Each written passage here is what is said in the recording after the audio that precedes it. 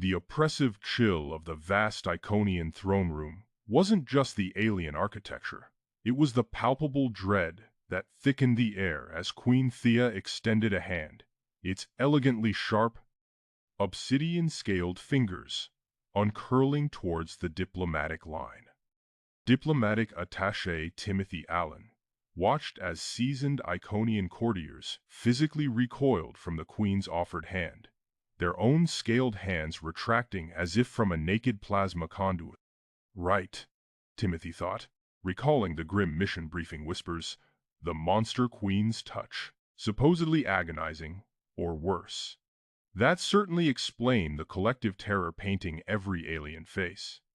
His own assigned Iconian liaison, a normally stoic warrior named General Vorlag, had paled to a sickly mottled green beneath his dark gray scales, hissing a low, urgent warning into Timothy's ear. Do not, under any circumstances, human, allow Her Majesty to make contact. But as Queen Thea's gaze, like molten gold, fixed on him, the only human in the formal greeting line, and her hand remained extended, an undeniable offer, or a direct challenge, Timothy found himself considering the utterly unthinkable. He was supposed to bow, to offer a diplomatic nicety from a safe distance. Protocol screamed it. Self-preservation, according to every terrified alien face in the room, including Vorlag's now bulging eyes, demanded it. Yet, in those molten gold eyes, Timothy saw something else, something that cut through the imperial grandeur and the monstrous reputation. A flicker of something ancient, weary, and profoundly lonely. Ignoring General Vorlag's choked gasp, a sound like a deflating lung sac, and the room's terrified, indrawn breath, Timothy Allen stepped forward. Instead of bowing, he met her gaze directly, and, with a steadying breath of his own, reached out and gently took her offered, scaled hand in his own ungloved one. A collective shockwave of silence, more deafening than any shout, rippled through the throne room. Courtiers froze, some gaping with mandibles agape, others looking as if their triple hearts might simultaneously seize. General Vorlag looked apoplectic, his complexion shifting to an alarming shade of puce. Timothy expected pain, a shock, something searing and terrible.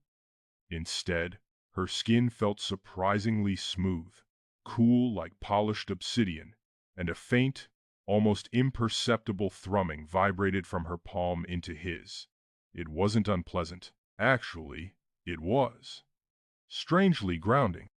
No searing pain, no jolt of agony, just coolness, like river stones, and that faint, sub-vocal hum that seemed to settle something deep inside him. He offered a polite, human smile.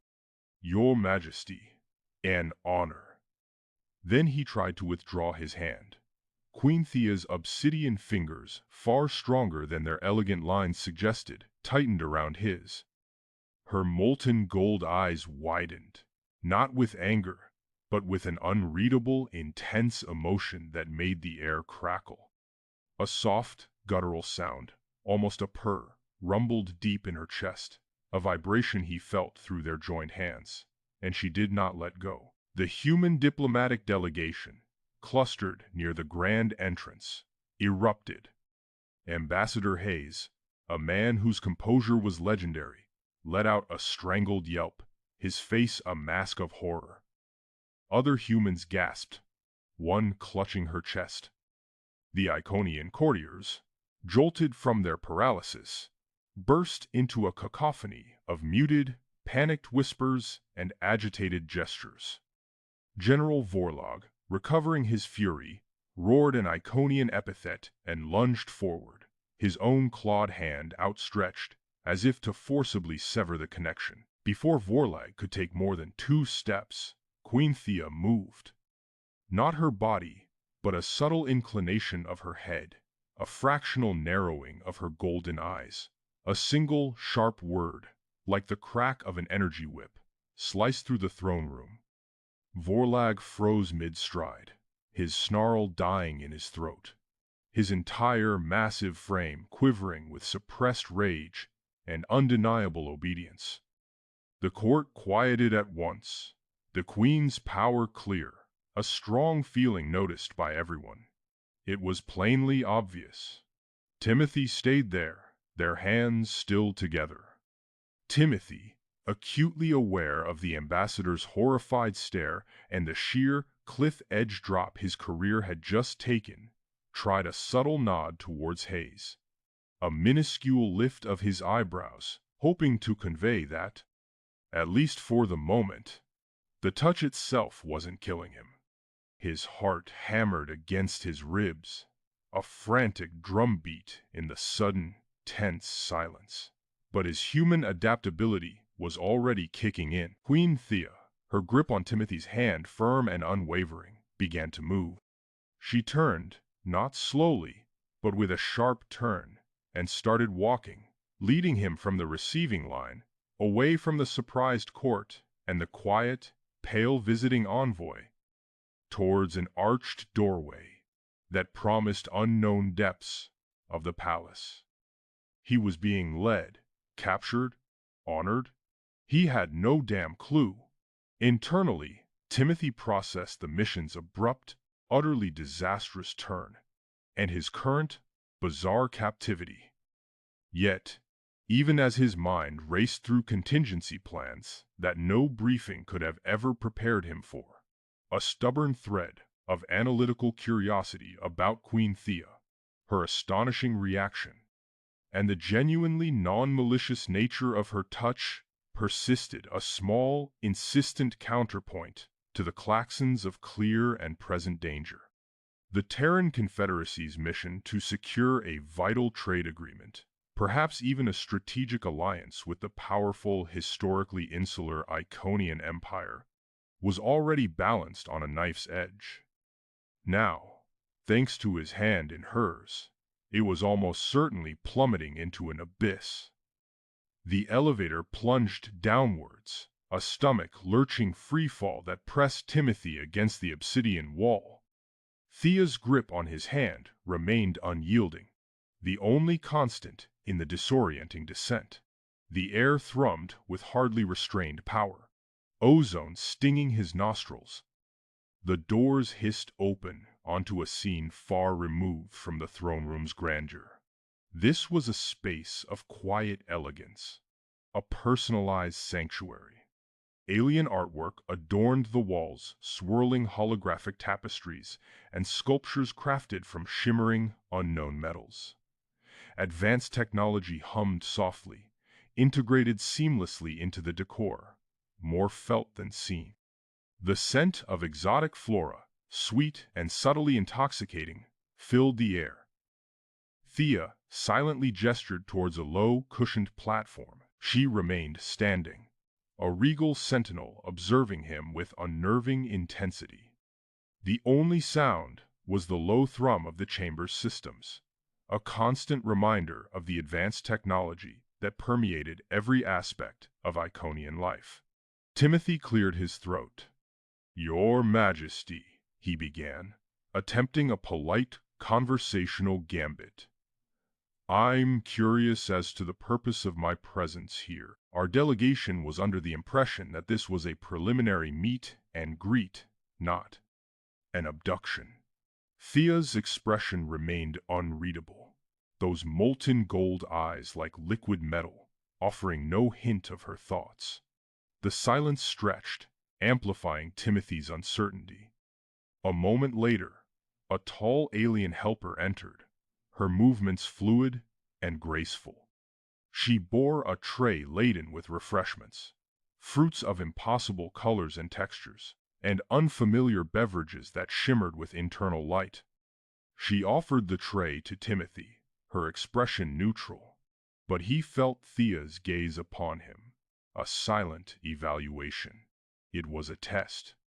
Despite his apprehension, Timothy selected a small violet fruit that pulsed with a faint internal glow. He hesitated only a moment before taking a bite. The taste was surprising. A burst of sweetness followed by a subtle, peppery heat. He swallowed, maintaining eye contact with Thea. "Interesting," he said, offering a small, genuine smile. "Quite unlike anything I've tasted before." A flicker of something akin to approval crossed Thea's face. A subtle shift in her otherwise impassive features. He had, it seemed, passed the first test. Before the silence could settle again, a voice, filled with barely suppressed frustration, echoed from the doorway. "Your Majesty, I must insist on an audience. Matters of state." General Vorlag stood rigid, his scaled face a mask of disapproval. Thea's response was immediate and absolute. "Vorlag," she stated, her voice resonating with authority. "I have given my orders. The human is under my protection. He is not to be disturbed." Her gaze, sharp as a honed blade, silenced any further protest. Vorlag bowed stiffly and retreated, the air thick with his hardly restrained resentment. Thea's firm control was quite obvious. For the next hour, Timothy watched Thea speak with her staff and helpers on glowing screens. He witnessed her strategic brilliance as she navigated complex political negotiations. Her sharp intellect cutting through layers of deception. He saw the immense pressure she faced as ruler of a powerful, ancient empire. The weight of responsibility etched on her face. The Monster Queen, he realized, carried burdens he could barely imagine. Later, Thea led him to a balcony overlooking the Iconian capital city. It was a breathtaking vista. A sprawling metropolis of towering crystalline structures that pierced the clouds, connected by shimmering energy bridges. Advanced technology pulsed with life, a symphony of light and energy that stretched as far as the eye could see. It was a glimpse into the scale and complexity of her world, a world he was now inextricably bound to. Timothy also noticed something else. The unusual security measures surrounding Thea's private chambers. Heavily armed guards patrolled the corridors, and shimmering energy shields flickered at every entrance. It was a clear indication of potential threats against her reign, a subtle hint of internal political instability.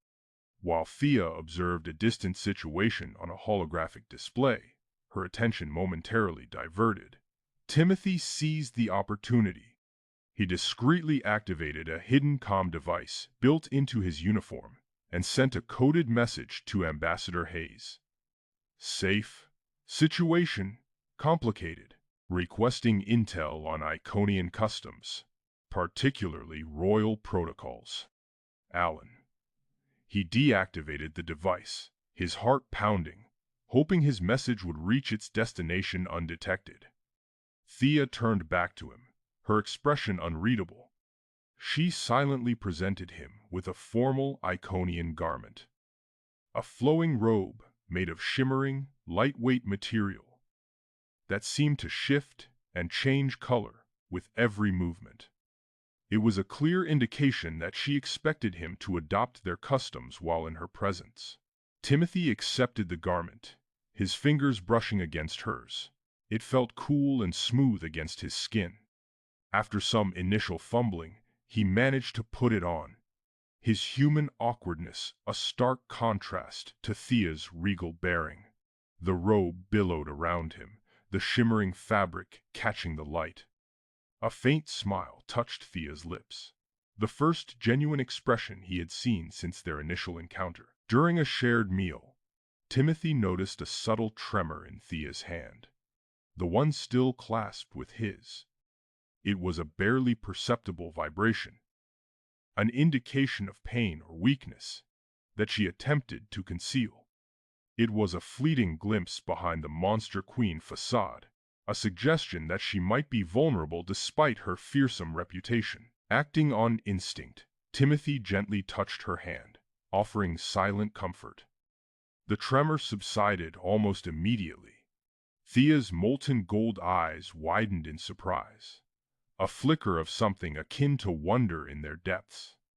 It was more than mere immunity. His touch seemed to have a positive effect, a calming influence that went beyond the physical.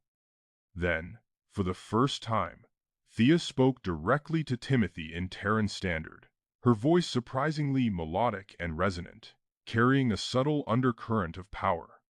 "Human," she said, her gaze intense. "Why did you not fear my touch? Why did you not recoil like the others?" Timothy met her gaze, his own unwavering. "I saw loneliness in your eyes, Your Majesty," he responded honestly. "I chose connection over fear, and if I may be so bold, I am curious." His empathy and genuine curiosity seemed to disarm her, prompting a moment of shared understanding, a bridge built across the vast chasm of their differences.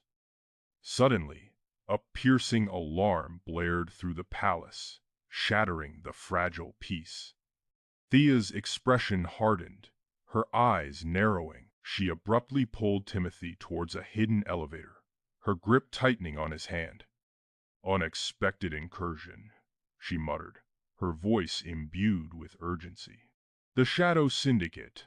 As the elevator descended rapidly, Thea revealed the nature of the threat. "Highly skilled assassins," she said, her voice barely audible above the hum of the machinery. "They have breached the palace security. They are specifically targeting me." The stakes had just been raised dramatically. Thea drew a sleek, energy-based weapon from a hidden compartment in her robe, the weapon humming with deadly power. She glanced at Timothy, her expression a mix of willpower and concern. He was now caught in the crossfire of a deadly conflict, a pawn in a game far beyond his understanding. Queen Thea, still holding Timothy's hand, activated a personal energy shield, enveloping them both in a shimmering bubble of protection. She met his gaze, her molten gold eyes burning with quiet intensity. "Stay close, human," she said, her voice barely a whisper. "This will be unpleasant." Emerging from the elevator, they found themselves in a starkly different environment. Gone were the polished obsidian walls and glowing glyphs. Instead, rough-hewn stone met the dim light, revealing a narrow tunnel. The air hung heavy with the scent of dust and disuse. "Where are we?" Timothy asked, his voice echoing slightly in the confined space. Thea's grip on his hand remained firm, her scaled fingers cool against his skin. "A sub-level of the palace? These tunnels have existed for millennia, long before the upper levels were constructed. They were designed for emergency escape and secure communication."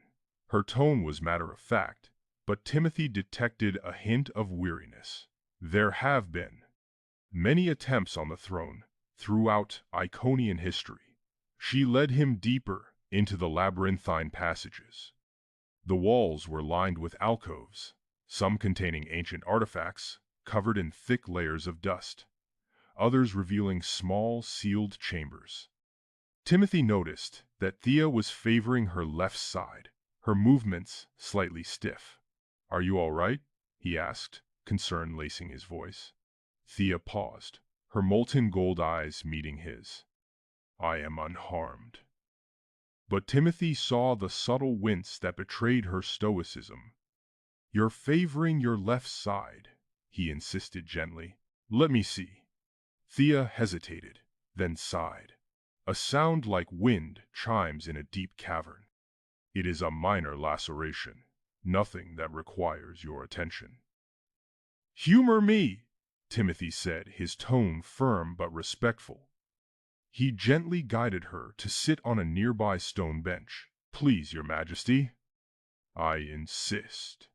With a barely audible sigh, Thea relented. She lifted her left arm, revealing a tear in her armored sleeve and a shallow cut on her scaled skin. A trickle of silvery blood had already dried, leaving a faint metallic sheen. Timothy knelt before her, pulling a small first aid kit from his diplomatic satchel. He carefully cleaned the wound with antiseptic wipes, his touch gentle and precise. Thea watched him, her expression unreadable. "Human medicine?" she asked, her voice low.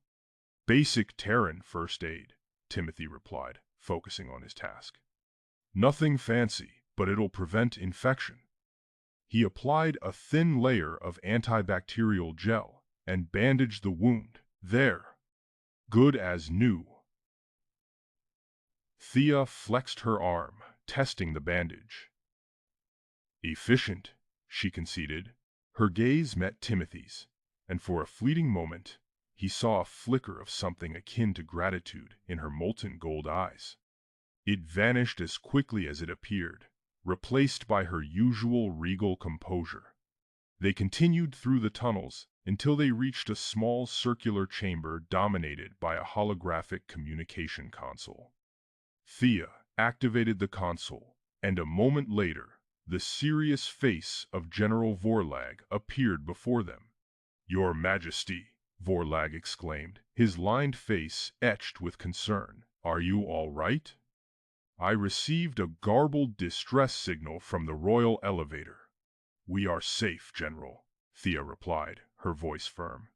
"The Shadow Syndicate attacked us. They failed." Vorlag's gaze flickered to Timothy, his expression hardening. "The human was present during the attack? He played a crucial role in our survival," Thea stated, her voice leaving no room for argument. "Begin a thorough inquiry into the Dark Faction's roots and any possible allies in the system. I want answers, General, and I want them now." "Of course, Your Majesty," Vorlag replied, his tone carefully neutral. "But I must express my concern for your safety. Perhaps it would be wise to limit the human's access to sensitive information until we can ascertain his intentions." Thea's eyes flashed with golden fire. "Attaché Allen is under my direct supervision, General. He will see data I consider relevant. Is that clear?" Vorlog nodded slowly, his face inscrutable. "Perfectly, Your Majesty." The holographic image flickered, and the connection was severed. Thea turned to Timothy, her expression softening slightly. "I apologize for Vorlag's reservations. He's just doing his job," Timothy said with a shrug. "Protecting you." "Indeed," Thea said, a hint of amusement in her voice. "But his methods are predictable." As they waited for further information, Timothy approached a nearby holographic display and began discreetly researching Iconian history and physiology. He typed in various search terms, his fingers flying across the interface. "What are you searching for?" Thea asked, her voice curious. "Information about your touch," Timothy replied, his gaze fixed on the display. "I want to understand it better." He scrolled through fragmented historical records, ancient medical texts, and cryptic prophecies. He discovered references to previous Iconian rulers who possessed similar abilities, but the details were vague and often contradictory. Some accounts described the royal touch as a source of immense power, while others portrayed it as a dangerous curse. He paused, focusing on one particular passage. "The Queen's touch, when joined with one of compatible blood, shall unlock potential unseen for millennia." He read aloud, then looked up at Thea. "Compatible blood? What does that mean?" Thea frowned, her brow furrowed in thought. "Such records are often embellished with myth and superstition. I would not place too much faith in them." Timothy continued his research, cross-referencing different sources and piecing together fragments of information. He noticed a recurring theme: that the royal touch was somehow connected to the life force of the Iconian people. And he observed something else. "Your Majesty," Timothy said, his voice thoughtful. "I've noticed that you seem to draw energy from my touch. Your physical strength and vitality seem to increase when we're in contact." Thea considered his words, her expression thoughtful. "It is possible," she conceded. "I have felt a certain stability since you first took my hand." "That would support my theory," Timothy said, his eyes gleaming with excitement, "that human biology is uniquely compatible with your abilities. That your touch isn't a curse, but a key." Thea remained silent for a moment, then spoke, her voice low. "The Shadow Syndicate. They are a notorious group of mercenaries. They are known for their advanced technology and ruthless tactics. They're used by key groups wanting to challenge the ruling power." "And you think they were used by someone within the circle?" Tim asked. "I suspect a rival noble house," Thea replied, her voice imbued with bitterness. "One that seeks to usurp my throne. They are exploiting my monster reputation, the fear surrounding my touch to undermine my authority." "But why attack you directly?" Timothy asked. "Why not try to assassinate you from a distance?" "Because they want to sow chaos and discord," Thea explained. "They want to create the impression that I am weak and vulnerable, that I am unable to protect myself or my people." "Then we need to find out who hired them," Timothy said, his voice determined. "And expose them." He paused, a thoughtful expression on his face. "I might have a few ideas. Human psychology, investigative techniques. We might see things the Council hasn't noticed." Thea observed him for a long moment, her bright amber eyes intent.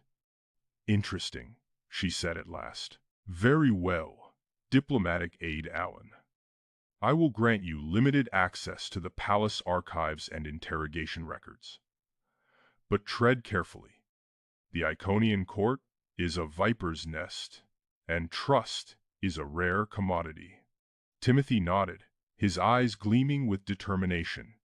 He returned to the holographic display and began reviewing the interrogation records, his fingers flying across the interface. He was searching for any clue, any detail that might lead him to the conspirators. He paused, focusing on a recurring symbol that appeared in several of the records. A stylized serpent coiled around a broken sword. "What is this?" he muttered to himself. "The symbol of the Silent Sect," Thea said, her voice grave. "A clandestine group known for their radical traditionalist views. They oppose my rule and seek to restore the ancient ways." "Do you think they might be involved?" Timothy asked, his eyes narrowing. "It is possible," Thea replied. "They have the resources and the motive. They think my influence is a problem, a lessening of the royal line. Then they aided the Shadow Group with info and goods," Timothy said, his voice thoughtful. "This could be a deeper conspiracy than we thought, one that extends beyond the immediate political rivalries." Suddenly, the communication chamber was plunged into darkness. The holographic display flickered and died, and the emergency lights failed to activate. A low hum filled the air, followed by a series of sharp, crackling sounds. "What's happening?" Timothy asked, his voice tight with apprehension. "The energy shields," Thea said, her voice grim. "They have been disabled. We are vulnerable." Timothy's eyes narrowed, a barely perceptible shift in his gaze that Thea, despite the growing darkness, felt more than saw. The air crackled, not just from the failing emergency generators, but with a tension only he seemed to register.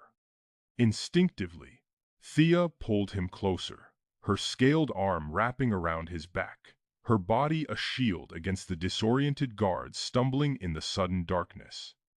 The obsidian of her scales felt cool, and strangely comforting against his skin. A subtle, musky scent, unique to her, filled his nostrils, a primal reassurance in the chaos. He didn't need to see to know the guards were in disarray. He heard their heavy footfalls falter, the clatter of dropped weapons. Relying on the subtle shifts in air currents, the almost subsonic hum of the lingering EMP field, he guided Thea, his hand firm against the small of her back, away from the confused soldier. "This way," he murmured, his voice low and steady. Suddenly, a faint, ethereal glow emanated from Thea's skin. The intricate patterns etched into her obsidian scales pulsed with a soft, bioluminescent light, casting eerie shadows that danced across the chamber walls. It was a feature he hadn't seen before, a hidden aspect of her physiology revealed only in the darkness. The light, though dim, illuminated a small metallic device lying near the communication console, the source of the EMP. It was sleek and efficient, its design betraying a sophisticated understanding of Iconian technology. Timothy knelt, his fingers tracing the device's contours. "This wasn't some random malfunction," he said, his voice grim. "This was deliberate, and whoever built this knew what they were doing." He examined the power regulator, recognizing the make and model. "This technology is restricted, only accessible to high-ranking members of the military." He looked up at Thea, his expression troubled. "Someone within your inner circle, Your Majesty, has access to very dangerous toys." Thea's golden eyes narrowed, her gaze hardening. "Vorlag," she said, her voice a low growl. "Investigate the source of this device. I want answers, and I want them now." Timothy watched Vorlag's reaction. The general, normally stoic and unreadable, hesitated for a fraction of a second. A flicker of something, fear, guilt, flashed in his eyes before he masked it with a practiced expression of dutiful obedience. "At once, Your Majesty." Trapped in the now silent communication chamber, illuminated only by Thea's faint bioluminescence, Timothy turned back to her. "The Silent Sect," he said, recalling fragments from the mission briefing. "You mentioned them. What exactly do they believe?" Thea's expression darkened. "They believe I am an abomination," she said, her voice tinged with bitterness. "A false queen. They despise my touch. They see it as a corruption, a perversion of Iconian purity." Timothy considered this. "So, they seek to replace you," he said, piecing together the puzzle, "with a pure-blooded Iconian ruler, someone who adheres to their traditionalist ideology." "Precisely," Thea confirmed. "They believe only a true Iconian can lead our people, one untainted by this." She gestured to her hand, the one still clasped firmly in his. "They have a significant following," she continued, her voice low, "among the lower classes, some segments of the military. They are not to be underestimated." Timothy frowned. "I could try contacting my delegation," he suggested, "using a coded message system known only to me. They could provide support, resources." Thea stiffened, her grip tightening on his hand. "No," she said, her voice firm. "I do not trust outsiders. This is an Iconian matter. It will be dealt with internally." He saw the fear in her eyes, the deep-seated distrust that ran like a vein through her very being. He knew, intellectually, that she was a powerful queen, a ruler of an ancient empire. But in that moment, in the dim light of her own bioluminescence, he saw something else. A wounded child, scarred by a lifetime of isolation and fear. "My own parents," she said, her voice barely a whisper, "feared my touch. They kept me isolated, away from others. They saw me as a monster. Timothy felt a surge of empathy, a profound connection to her pain. Ignoring protocol, ignoring the potential consequences, he gently squeezed her hand, offering silent support, a human gesture of reassurance. As they waited for Vorlag's report, a coded message shimmered into existence on a hidden display within the chamber, its symbols glowing with an eerie light. Thea's eyes widened as she deciphered the message. "The Silent Sect," she said, her voice infused with fury. "They are planning a public demonstration. They intend to denounce me, call for my abdication." She paused, her expression turning to horror. "They also intend to use a modified version of the EMP device," she whispered, her voice trembling, "to amplify my touch, to turn it into a weapon against my own people." Timothy felt a chill run down his spine. "They're going to weaponize your greatest fear," he said, his voice grim. Thea's hand tightened around his, her scales digging into his skin, but he didn't flinch. "They will not succeed," she vowed, her voice filled with a cold fury. "I will crush them. I will show them what it means to defy the Queen of the Iconians." "Perhaps," Timothy said, his voice calm, "a more strategic approach would be prudent. A direct confrontation could lead to further escalation. Civilian casualties." Thea glared at him, her eyes blazing with golden fire. "And what do you suggest, human?" she demanded, her voice sharp.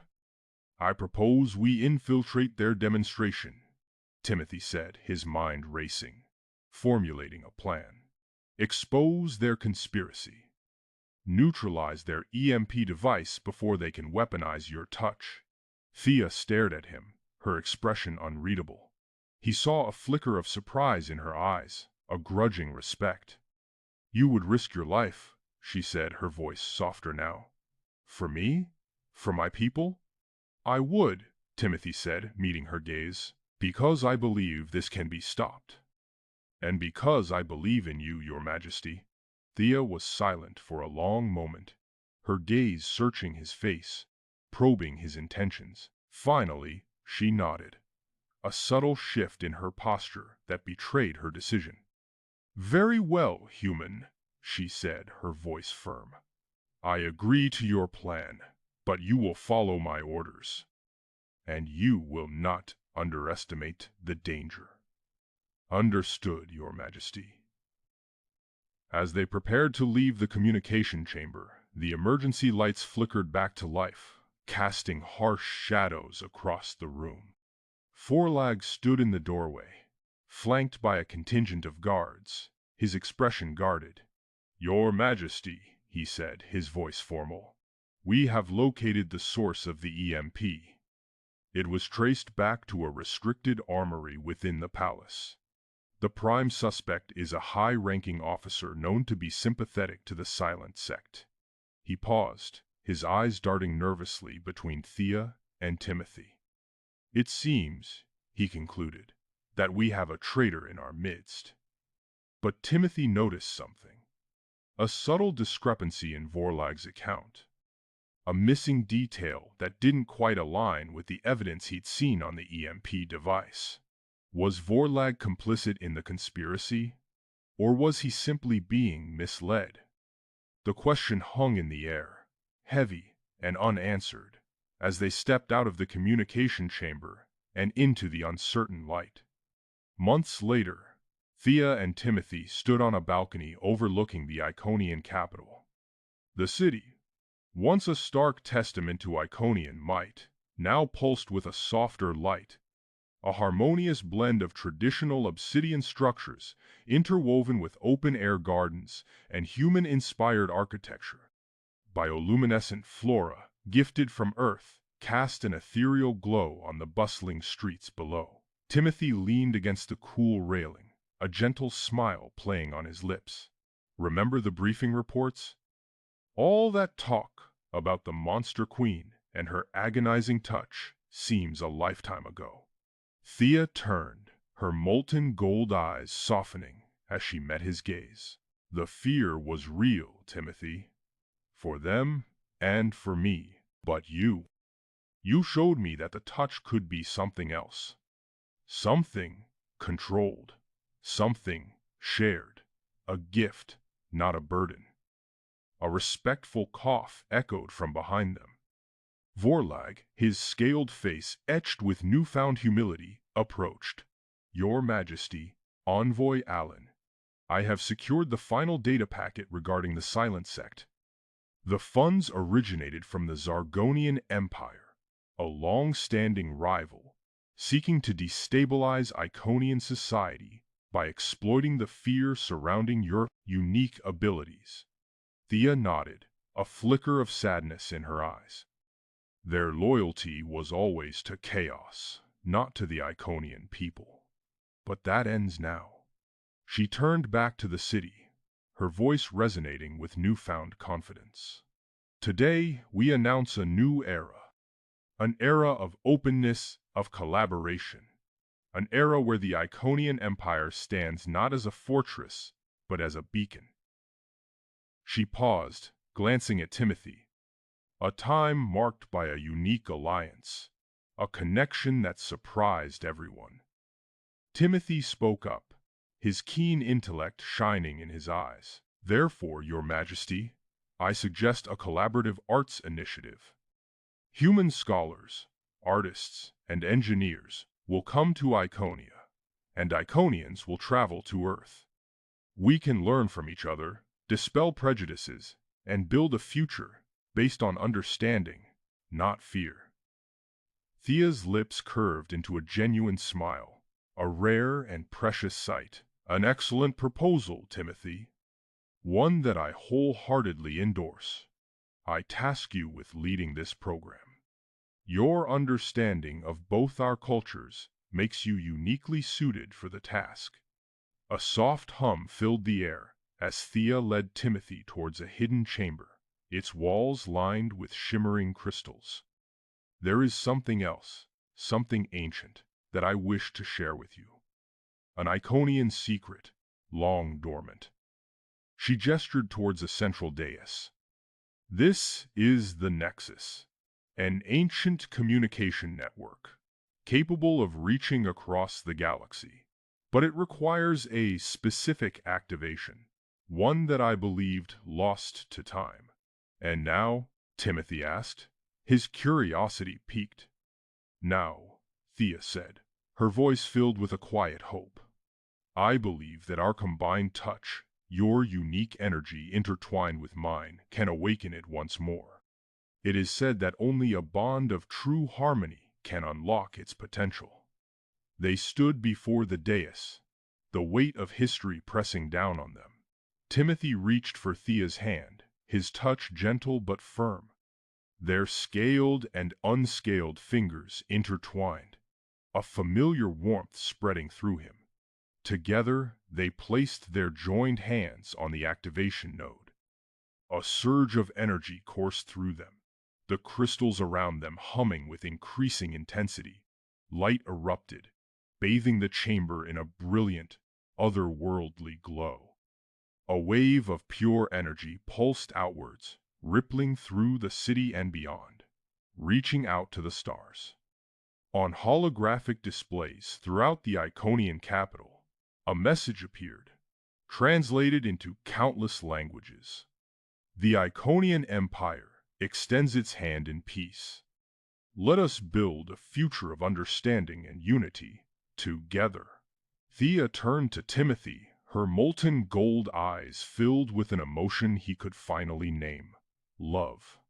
Thank you, Timothy, for seeing beyond the monster, for accepting me, not for what I was feared to be, but for who I truly am. In a gesture that spoke volumes, Thea consciously released Timothy's hand. For the first time since that fateful encounter, their skin was not touching.